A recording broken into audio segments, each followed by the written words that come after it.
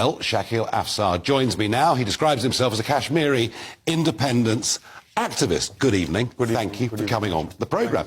I'm very struck watching this that the politics and division of the subcontinent is now playing out on the streets and cinemas of Birmingham. What we must remember that this is a film being supported by the current Indian administration, by the Narendra Modi government. What we must also remember is as British citizens, we have accountability to the people of Kashmir. This film directly perpetuates that if you say free Kashmir, you are an ISIS terrorist. This film perpetuates that if you use the term free Kashmir, and as you will know that according to the United Nations resolution, the Kashmiris have been promised the right of self-determination. And the British is directly responsible for the mess that has been left behind in the Asian subcontinent. We cannot wash ourselves away. Well, the breakup. Just to answer your question, Nigel, I believe that this is propaganda by the Indian administration and the Narendra Modi, who has made this tax-free in certain areas. However, hang on a second. I accept that the rapid breakup in 1947 of empire was done quickly, with a huge loss of life, and in retrospect should have been done differently. Absolutely. No question about that. That was then, this is now. But what I said to you at the beginning, are you bringing the politics of the subcontinent onto the streets of the West Midlands? And we saw this last year in Leicester. You've just talked about Modi, the BJP. That's correct. But here's the point. Modi is the democratically elected leader of India. He's been elected twice. He'll probably run for a third term. And also, to answer your question, he's also the democratic elected leader that is holding the G20 summit in occupied territory. Internationally, it is recognized that Kashmir is occupied territory, and this prime minister is holding his G20 summit in occupied territory. The fact that the Saudi government, the Chinese government have backed down should clearly show you the level of propaganda that this individual and his organization is going to. We have no issue with people watching the film. Our issue is the fact that the false propaganda, the false narrative that it perpetuates. The film starts with the fact of it saying it's based on true events. The film had its whole trailer removed because the unfactual data of 32,000 girls. We as British Kashmiris, we as British Muslims believe that this film has been pushed out by the Narendra Modi to discriminate and disproportionately affect Muslims. You would never have an anti-Hindu film. You would never have an anti-Jewish film. The 32,000 figure is, of course, highly disputed. The fact that young women are trafficked by some extremist Islamic groups and have been involved in the wars in Syria and elsewhere cannot be denied. It cannot be denied. The same way the right-wing activists who are shooting up people in schools, the right-wing activists who have their beliefs, you will have terrorism in every community. You will have, violence in every community. As a British Kashmiri, I want to urge to every single one of you watching this, you can watch the film. But what you must remember is this is being directly pushed by the Narendra Modi government. Just to finish, because you've called me here. Just to finish. This being pushed, the fact that the government of India is making this tax-free in certain areas, what agenda do they have? What agenda do they have? It's a democratically elected... Whatever we say about India, it is a genuine democracy, the largest active democracy in the world. So they say. I wonder... I could argue that. Well, I think it is, but I just wonder here, really what we're seeing playing out is the extreme distaste that many Hindus have for Muslims and vice versa. There is a large degree... Look, I personally... Let's be honest. I have to disagree. There's a large degree of racial hatred between the two groups. I have to completely disagree. And it's real, isn't it? Because my mother originates from a completely different background. My mother originally came from a completely different background, a completely different religion. I have family members, friends who are Hindus, Muslims, Sikhs, Buddhists.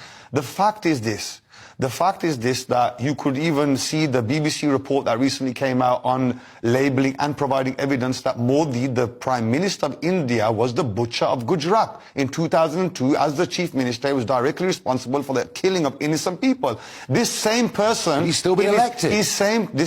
No doubt, this same person 2-3 weeks ago in his election rally asked and demanded people to go and watch the film, and he made it tax-free in certain areas. We have no issue with the freedom of speech, but when the freedom of speech is inciting violence against Muslims, inciting violence against Kashmiris, we can never and we will never, Nigel, accept that. Well, let me pick up on that, all right? Fire away. Do you respect British democratic values? Absolutely we do. Do you respect the rule of law in this Absolutely country? we do. Right. Let me show you a quick clip of you taken, I think, last Fire away. of Birmingham will not tolerate the disrespect of our Prophet, peace be upon him, and there will be outcomes from your actions. You will have repercussions for your actions. We have been trained from birth that we must defend the honor of our Prophet, and we will lay our life on the line. You know, to say about another religious group, Yeah. which you very clearly say there, we've been trained from birth to defend ourselves. We have. There will be repercussions. And absolutely there will be. I would say to you that under our values in this country, that is very, very close to being a threat, and frankly... But this is where you're making assumptions. Not far away. This is where you're making... No. This is where you're making assumptions, Nigel. I listened to your words. And if I was a copper watching that, I think, well, this actually is a direct threat.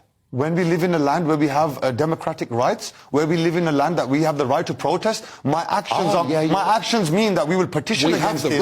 We will rally our MPs against this. Why is it that you, Nigel Farage, sir, assume that we are going to pick up rocket launchers and start killing people? When I mean we are going to defend ourselves, I mean we are going to use the democratic means at our disposal to do so, sir. I know you didn't mention, but you kind of implied that. But it sounds to me, sounds to me that you're prepared to have basically street battles. I'm prepared to use every one of my... What will you do? I'm prepared. I'm going to explain. Yeah. I'm prepared to use every one of my physical strength, every one of my financial strength, every one of my contacts to make sure that I unearth the barbaric discrimination that is taking place against Muslims. And you know that so well. You left your UKIP party because the fact that Harry was becoming so anti-Muslim. You know the Muslim narrative that exists in our society. I'm sure I'm sure you left UKIP because of the fact of how anti-Muslim it became, Nigel. So you know exactly. I didn't like where it went. And look, I've worked... You didn't like where it went because it was going anti-Muslim. I have worked with many Muslim people over the years. Yes, of but course. I am deeply fearful of Islamism. Well, look, any institution or organization that pushes violence, pushes hate, that calls for killing people, that calls for hurting people, I as a Muslim, as a Kashmiri, can tell you utterly on your channel, I condemn. Those people should be locked up and the keys should be thrown away. But when on a governmental level, the Modi administration, which you know, Narendra Modi and his administration and what they are about, when they are pushing a film to be pushed, and when Muslims, because I'm sure you were going to have another guest here who was ex-Muslim. Now, when Muslims say that we feel disproportionately discriminated, the fact that they are in the opening... Have you watched the film, sir? I've watched the clips. Okay, I've watched the film. In the opening scene of the film... No, you don't like it. In the opening... No, let me finish, because you called me here, Nigel. You don't like it, and some of it's very violent. No, it's not about I don't like it, it's about what it pushes. It's about in the first half. I'm a British-born Kashmiri who believes in the right of self-determination. And we now... Nigel, you've called me here. Please let me have my... But I'm saying to you... Nigel, I will give you... You are giving let me finish. Subcontinent politics in Birmingham. It's not, because the largest Kashmiri community outside of Kashmir lives in Birmingham. The largest Kashmiri community outside of Kashmir. So why haven't they become British? Why haven't they integrated with British society? We are British Kashmiris. We follow the law of the land. We pay our taxes. We live here in harmony. So you don't want this to be an Islamic country? The fact that United Nations resolution states that the international community must get involved to sort out and allow the Kashmiri people the right of self-determination. As a Kashmiri, I was very upset that in the first 15 minutes of the film, it was a scene about the young Shalini going to nursing school.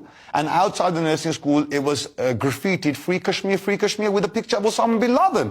Are we Al-Qaeda? Because we demand the freedom from our oppressors? Do you make a pledge that whatever you do, you will act within the laws of this land? Nigel, even for you to ask me that question, when I stood up against the LGBT indoctrination in our schools in 2019 as one of your... one of your guys said... You are a full-time protester. No, I'm a property developer by trade. I'm a part-time protester. When I become a full-time protester, you will know about it. Let me ask you again. I give you my pledge. I give you my pledge, and senior police officers, I can name one of them, Inspector Neil Kirkpatrick from my constituencies, as senior officers, and even two-star officers will say that Shakil will always, and I pledge to you that everything I do, everything I say will be in the parameters of the law. In this film, I was a customer who was watching, who purchased. I wasn't a protester. I was a customer who bought a ticket. I think you knew what was coming. I bought a ticket. I think you knew what was coming. I bought a ticket in this film. The same way, Nigel, one second. I bought a ticket in this film and I was very disgruntled. The same way, if I'd ordered a halal beef sauce, a burger and somebody gave me a pork burger, I'd be very upset about it. I don't buy that. But when you say you'll obey the law and stick within the law, absolutely, I believe you. We are law-abiding citizens. I have a crystal clean record, sir. Well, there we are.